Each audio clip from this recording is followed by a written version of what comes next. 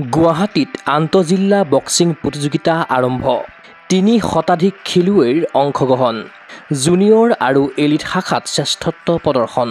উদ্বোধনী অনুষ্ঠানত উপস্থিত মুখ্যমন্ত্ৰী ডক্টৰ হিমন্ত বিশ্ব শৰ্মা যোৱা ৫ জুনৰ পৰা গুৱাহাটীৰ কছাৰীবস্তিস্থিত উলুবাৰী বক্সিং ক্লাবত অনুষ্ঠিত হৈছে সদৌ অসম আন্তঃজিলা boxing championship ২০২৫ Assam amateur boxing সন্থাৰ সহযোগত উলুবাৰী বক্সিং ক্লাবে আয়োজন কৰা এই প্ৰতিযোগিতাত অংশগ্ৰহণ কৰিছে ৩২খন জিলাই জুনিয়ৰ আৰু এলিট শাখাত অনুষ্ঠিত প্ৰতিযোগিতাখনত ৩ শতাধিক বক্সাৰে ক্ৰীড়াংগনত দাঙি ধৰিছে প্ৰদৰ্শন এই ৰাজ্যিক প্ৰতিযোগিতাত সোণজয়ীসকলে আগন্তুক নেচনেলত অংশগ্ৰহণৰ বাবে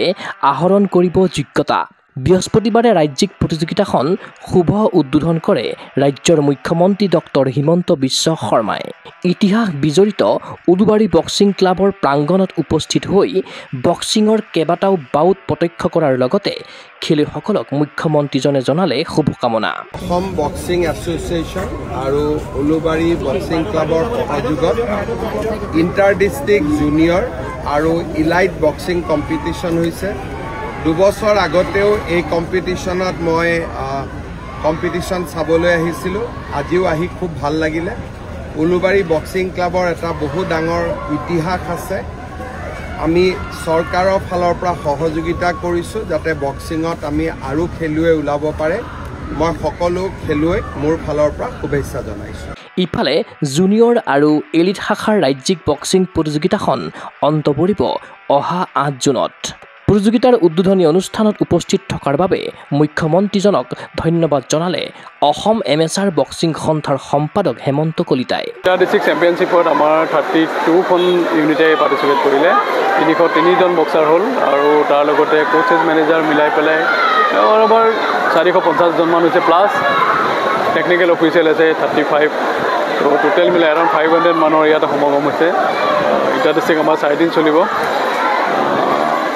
আজিৰ পৰা 8 তাৰিখলৈকে চলিব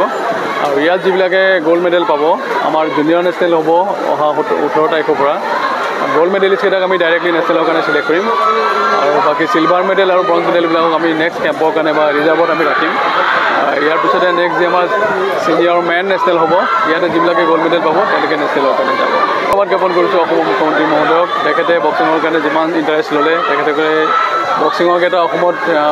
আগুৱাই নিবলৈ তেখেতে যিমান পাৰে সহায় কৰিম বুলি তেখেতে ইয়াত হৈ গ'ল আৰু বক্সিঙৰ জৰিয়তে বিশ্বত আমি আমাৰ বক্সাৰে যেনেকৈ অসমক পৰিচয় দিবলৈ সক্ষম হৈছে এইটোৰ কাৰণে আমাৰ মুখ্যমন্ত্ৰী মহোদয়ে বহুত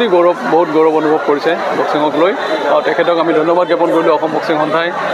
তেখেতে যেনেধৰণে আমাক সহায় কৰিছে আগলৈ সেনেকৈ সহায় কৰিম বুলি কথা দি গ'ল আৰু আমি অসম বক্সিং সন্থাৰ ফালৰ পৰা আমি সমূহ বিষয়ববীয়া সমূহ অৰ্গেনাইজাৰে নিয়াৰিকৈ কাম কৰি যাম অসমৰ বক্সিঙক আগুৱাই লৈ যাবলৈ অসমৰ বক্সাৰক আগুৱাই লৈ যাবলৈ উল্লেখ্য যে উদ্বোধনী অনুষ্ঠানত মুখ্যমন্ত্ৰী ডক্টৰ হিমন্ত বিশ্ব শৰ্মাৰ উপৰি উপস্থিত থাকিল ক্ৰীড়ামন্ত্ৰী নন্দিতা গাৰ্লুচা পূব গুৱাহাটী সমষ্টিৰ বিধায়ক সিদ্ধাৰ্থ ভট্টাচাৰ্য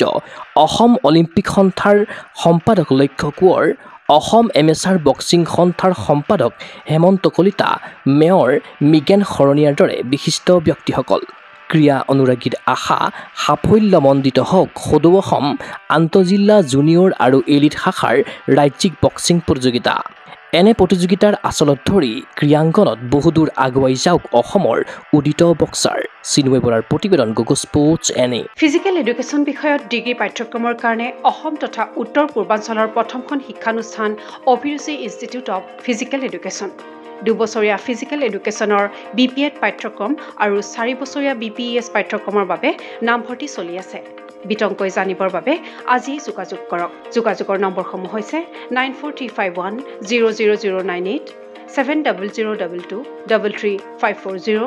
8876521098 ৱেবছাইট www.aipguwahati.in